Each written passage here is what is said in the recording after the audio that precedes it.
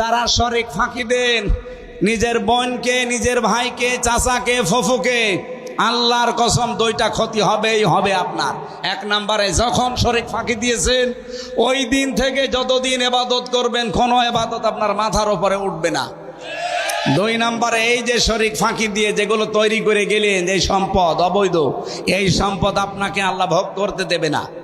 এগুলো ভোগ করার আগে আপনি পটল তুলবেন, মরে যাবেন। ওই সম্পদগুলো তখন আপনার স্ত্রী, আপনার ছেলে মেয়ে আরো অবৈধ কাজে ব্যয় করবে, সব ফিলাক্সি লোড হয়ে আপনার কবরে যাবে।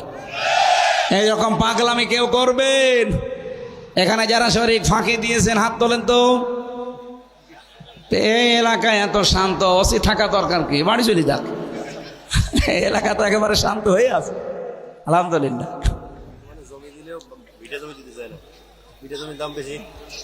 না, এখানে আর একটা মাসলা, হ্যাঁ স্যার যখন বলেছে মাসলাটা, এই যে যারা বনকে, বিশেষ করে বনকে ভিটার জমি দিতে চান না, বলেন মাঠের তা দিয়ে শেষ, না আপনি জায়েজ হবে না। কোরআন বলছে আপনার এক ছেলে যা পাবে দুই মেয়ে তাই পাবে। আপনি মাঠেরটা হোক, দোকানেরটা হোক, আর ভিটারটা হোক, যেখানে হোক সব, এমনকি সাহাবা একরাম গ্লাস পর্যন্ত, খাবার খাওয়ার গ্লাস পর্যন্ত ভাগ করে দিয়ে দিতেন। দুইটা থাকলে, তিনটা থাকলে একটা দিতেন বোনকে, দুইটা রাখতেন নিজে। তারা যদি গ্লাস দিতে পারে, আপনি জমি দিতে পারবেন না ভিটার মানে? যার কারণে নামাজ পড়েন তার কারণে জমি জায়গাও ভাগ করা লাগবে আপনাকে। আল্লাহর বিধান বাদ দিয়ে আপনার জিকির হচ্ছে না। এদিকে তাকান। 5 নম্বরে জিকিরের অর্থ হচ্ছে স্মরণ করা। আজকের আয়াতে যে শব্দে আছে ফাজকুরুনি, আমাকে স্মরণ করো। বলেন তো জিকিরের যে 5টা অর্থ কোরআন দিয়ে বললাম, একটাও কি হু হু আছে?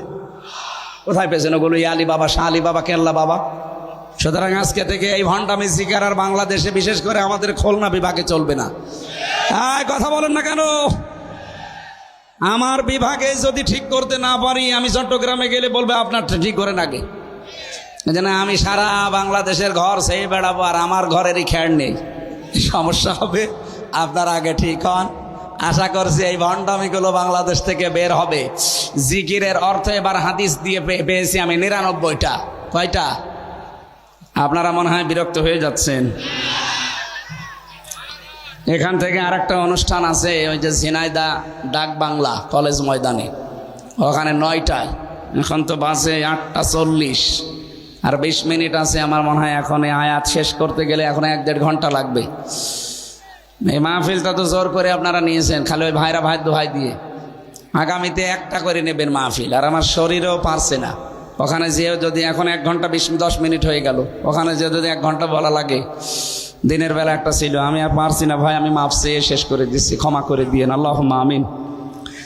লা ইলাহা ইল্লা আনতা সুবহানাকা ইন্নী কুনতু মিনাজ জালিমিন। আল্লাহ তাআলা ঝিনাইদহ জেলার কোটচাঁদপুর থানার তালসার হাই স্কুল ময়দানের দিকে তাকাও। চাতক পাখির মতো তোমার কোরআনের কথাগুলো এরা